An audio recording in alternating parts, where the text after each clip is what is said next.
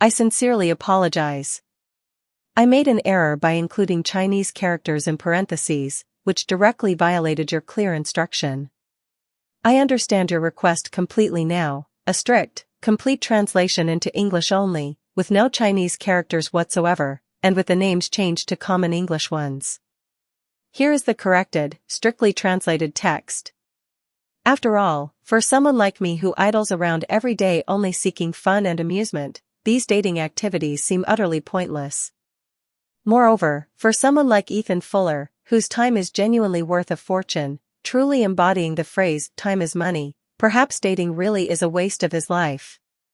Strangely enough, he has never turned down any of my invitations, and during the process, he seemed to quite enjoy himself. It's really odd. Even stranger is that he seems perfectly healthy. Even after I found an email correspondence with a foreign research institute in his study, confirming that he does indeed have a rare disease, I still felt that he seemed very healthy. Until his first time entering the hospital. The Fuller Group's private hospital. He has been undergoing various tests these past few days, with a constant stream of medical staff coming and going. But he looked to be in good condition, and the senior specialist told me it was just a common stomach issue, probably from eating too much junk food lately. I thought the high number of medical personnel was due to his status as the heir of the Fuller Group. Until Sophia Zhou also came to the hospital, the obstetrics and gynecology department. It seemed she and Liam Fuller were planning to have another child. Ethan is highly capable. Since taking over the Fuller Group, he has managed everything impeccably. If he were healthy, there would be no reason for Liam to suddenly invest so much effort into having another child at his age. So, Ethan's illness must indeed be very serious. For now, he intends to keep it from me. But I've known for a while now. In an empty examination room, I received a call from my mother. So, what's the verdict? Is there no hope for Ethan's recovery? You need to act quickly. You. Mom, I cut her off. Enough, I know what to do. You've been married into the Fuller family for so many years and haven't gained any benefits, and now, at the final hour, you won't even get a penny from the inheritance. If you don't know what to do, I can give you some advice. I fiddled with the fluttering curtain, replying carelessly, well, it's not entirely true that I gained nothing. Marrying into the Fuller family did bring financial benefits. Evan's shop, his house, his car, which of those didn't come from the Fullers' pockets? You ungrateful girl. He's your own brother. Now that you're doing well, what's wrong with helping him out?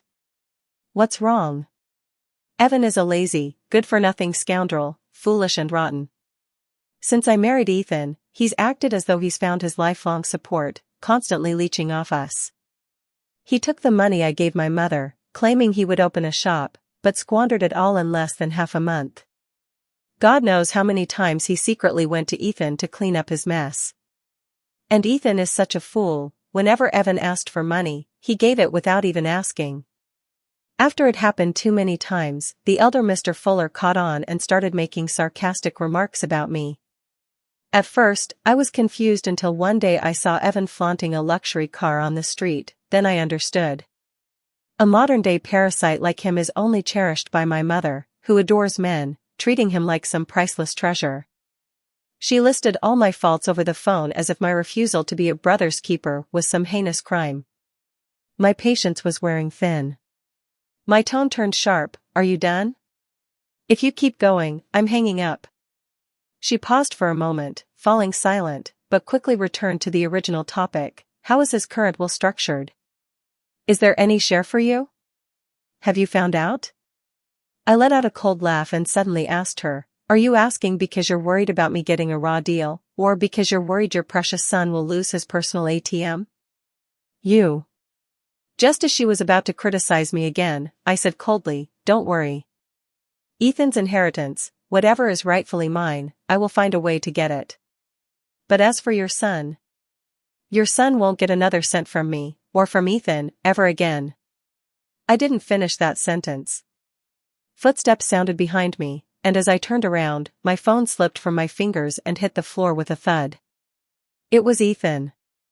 He pushed me against the wall. The back of my head hit the hard surface, pain radiating from the impact. His strength was immense, my head throbbed dizzily.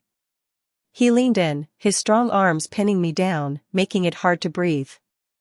I have to admire myself for being able to spare a thought, even in such a moment, wondering if he was really sick. How could he be so strong, not at all like someone with little time left? Inheritance? He seemed to struggle to force out the word, then suddenly laughed and asked me, "So you already knew, didn't you? You knew I was sick. You knew I was dying." His voice held anger, humiliation, and pain. For a moment, I was at a loss.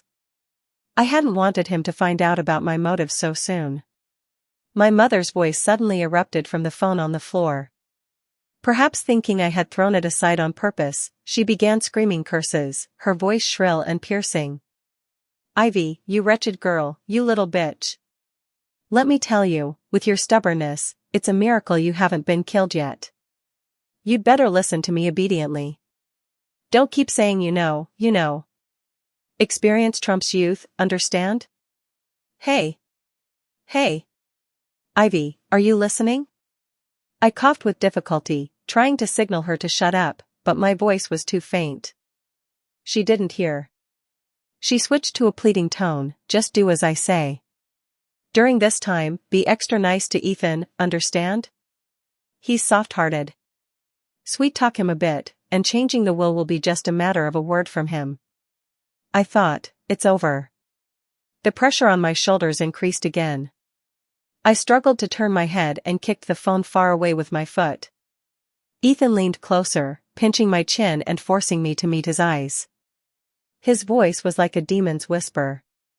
"So, Ivy, the reason you've been so nice to me lately is for my inheritance?" His voice trembled, his eyes red. "Don't worry, I've already drafted my will. You won't get a single cent from me.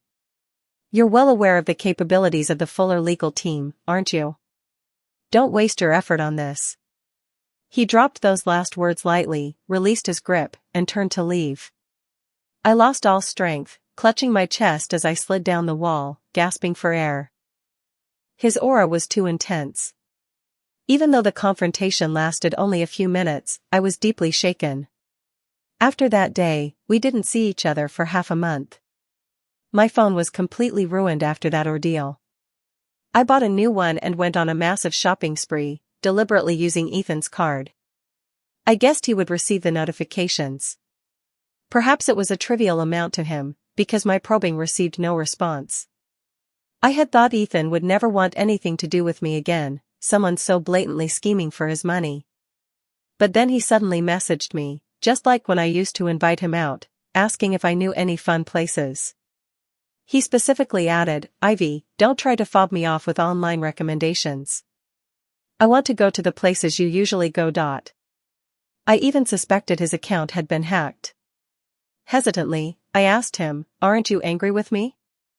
About the inheritance. He replied, "It's only human. I took him to a quiet bar.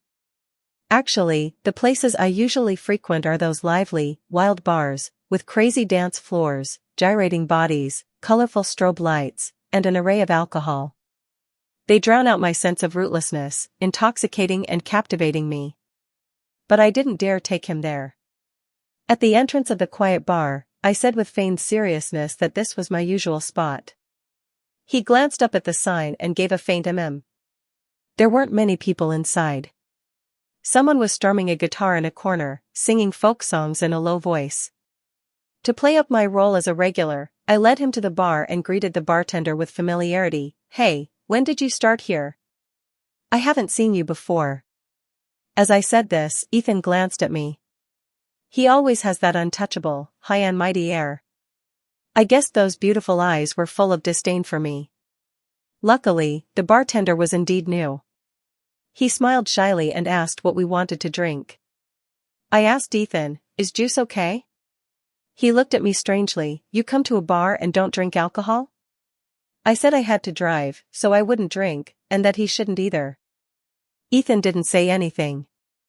I picked up an empty glass from the table, looking at him through the curved surface.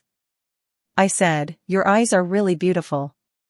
I meant it as a genuine compliment, but he ignored me. When the juice arrived, he finally spoke again, I feel like having ice cream. I hopped off the bar stool, I'll go buy some. In the past, he could never have bossed me around like this.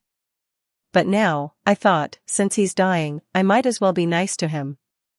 I took a few steps, then noticed him browsing the drink menu out of the corner of my eye.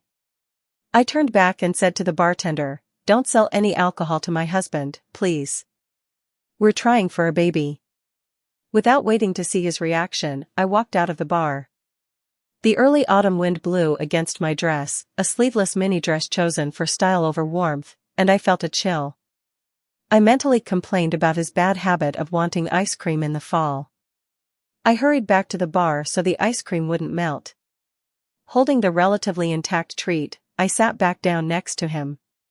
Why did you only buy one? How many did a sick person think he should eat? I thought to myself. I waggled my index finger and pouted, you think too highly of me.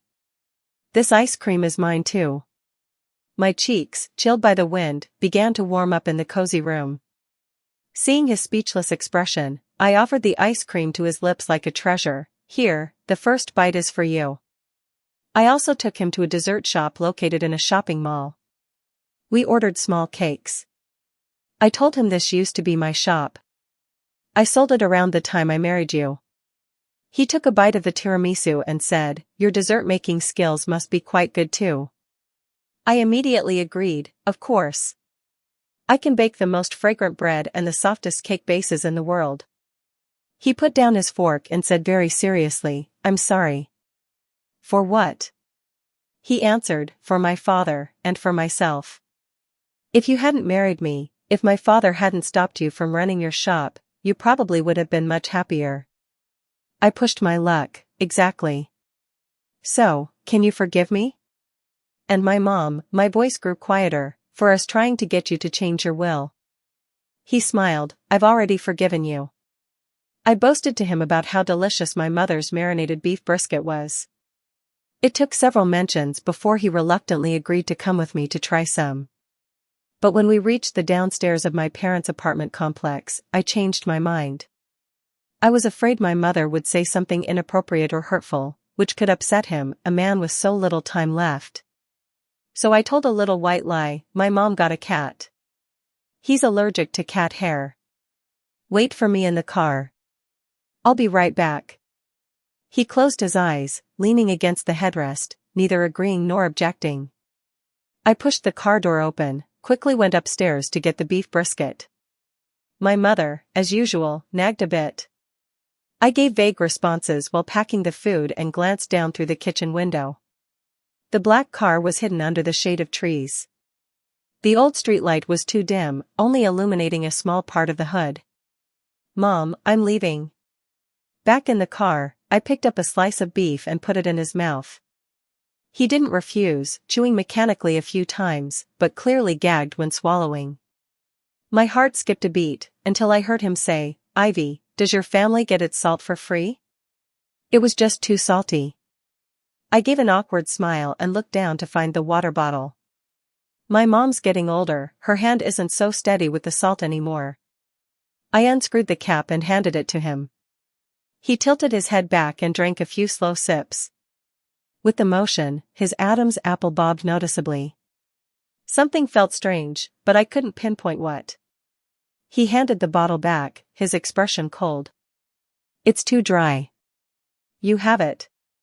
Later, I would realize it wasn't that the beef was too salty, but that his condition had worsened, affecting his ability to swallow.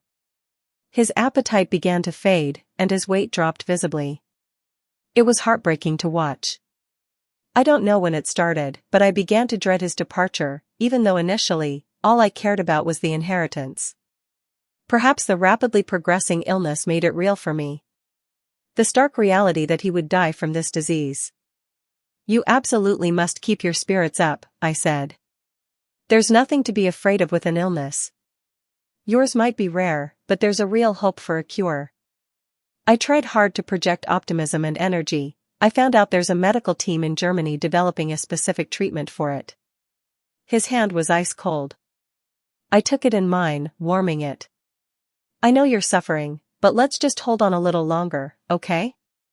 Once the treatment is ready, everything will get better. I don't plan on waiting for a treatment to get better, he said, his tone flat. I perked up.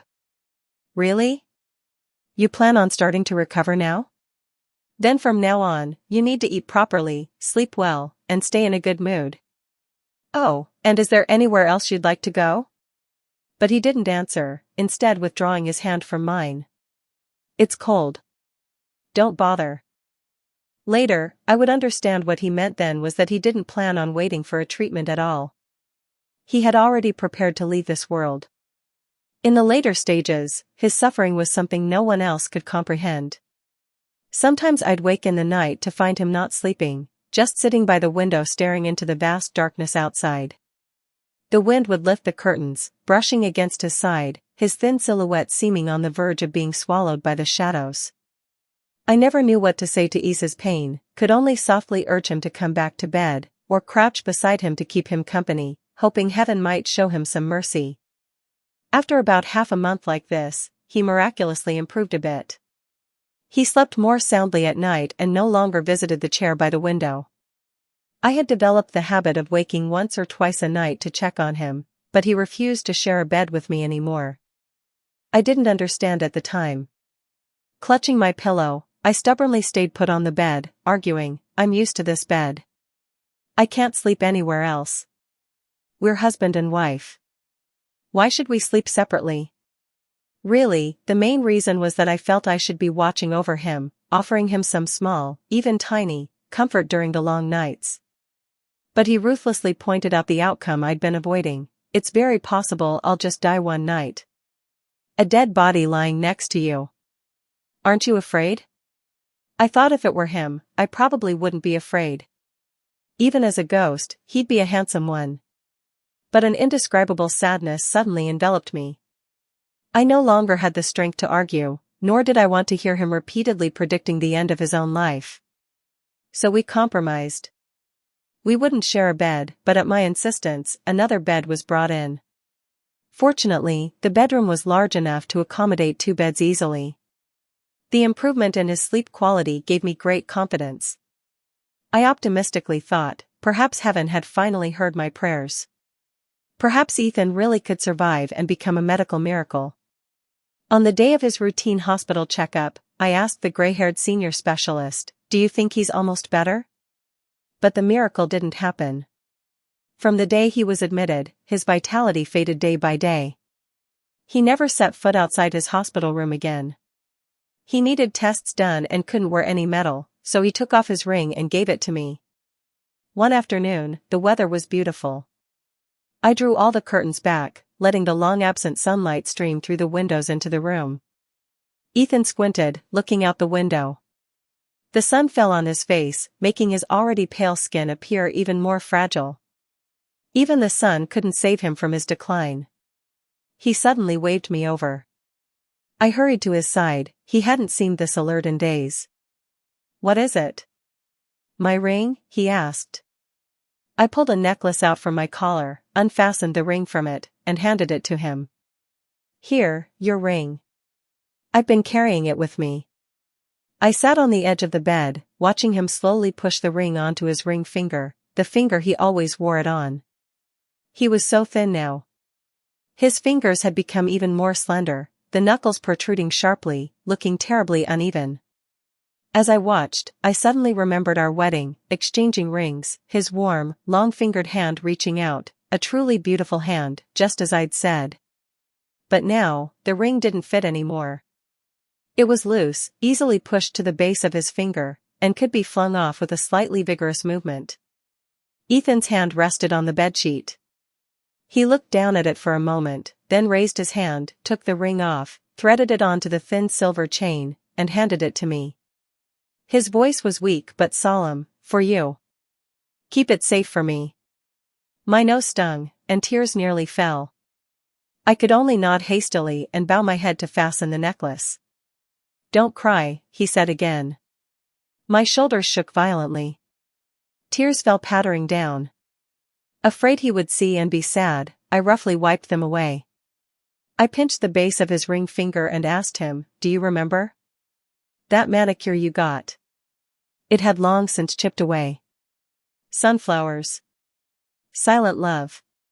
He nodded, his voice very soft. "I remember. But I regretted it then.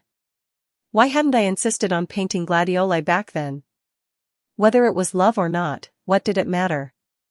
If I could, I would only want to paint a gladiolus, wishing you health and longevity." In the end, the miracle still didn't happen. Ethan passed away. He left this world on a sunny morning. The death of the Fuller Group's heir caused a significant stir. Even though Liam Fuller had been prepared for it early on, he was still overwhelmed with work. It felt like I had cried all my tears dry by his bedside. After leaving that hospital room, I didn't shed another tear. I just felt a knot of frustration in my chest, numbly yet awake, making it through the entire funeral surrounded by a crowd of people I knew and didn't know. Later, the events of those days became a blur. I can't remember anything my mother or the Fullers said to me.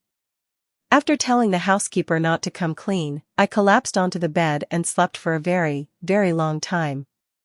When I woke up and saw all the familiar surroundings, I suddenly felt like Ethan wasn't really gone. But when I came to my senses and looked at the empty house, the tears started falling uncontrollably again. A team of lawyers came to the Fuller residence to announce the distribution of Ethan's estate. I sat far away from Liam Fuller, holding the thin sheaf of papers, listening to the lawyer speak. He had left me everything he could possibly secure for me. Liam Fuller and Sophia Jo moved out of the main house. This suited me perfectly, as it meant I could keep the rooms as they were to the greatest extent possible. I don't know why I was so fixated on this, as if everything remained unchanged, Ethan might suddenly return one day, sitting casually at the desk or standing tall by the window, reading a book. But he never came back. He had completely withdrawn from my life. I never even dreamed of him, not once. Later, I went back to that quiet bar. Coincidentally, the same young bartender was behind the counter. I ordered the same juice as that day. Perhaps customers who order juice in a bar are strange enough that he recognized me. He smiled as he wiped down the counter and asked, "Is your husband not with you today?" "Oh, you must have a child by now, right?" Tears fell from my eyes without warning, blurring the bar's dim yellow light. Later, I came to realize that to Ethan, I was probably a complete and utter fraud.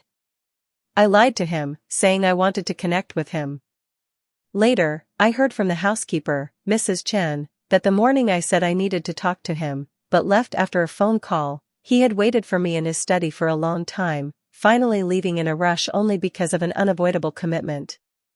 Back then, I had wanted a divorce. Upon learning of his illness, I began meticulously scheming for his inheritance. I lied to him about my mother having a cat. Though I don't regret it, if he knew I lied to keep him from entering, it would have surely hurt him.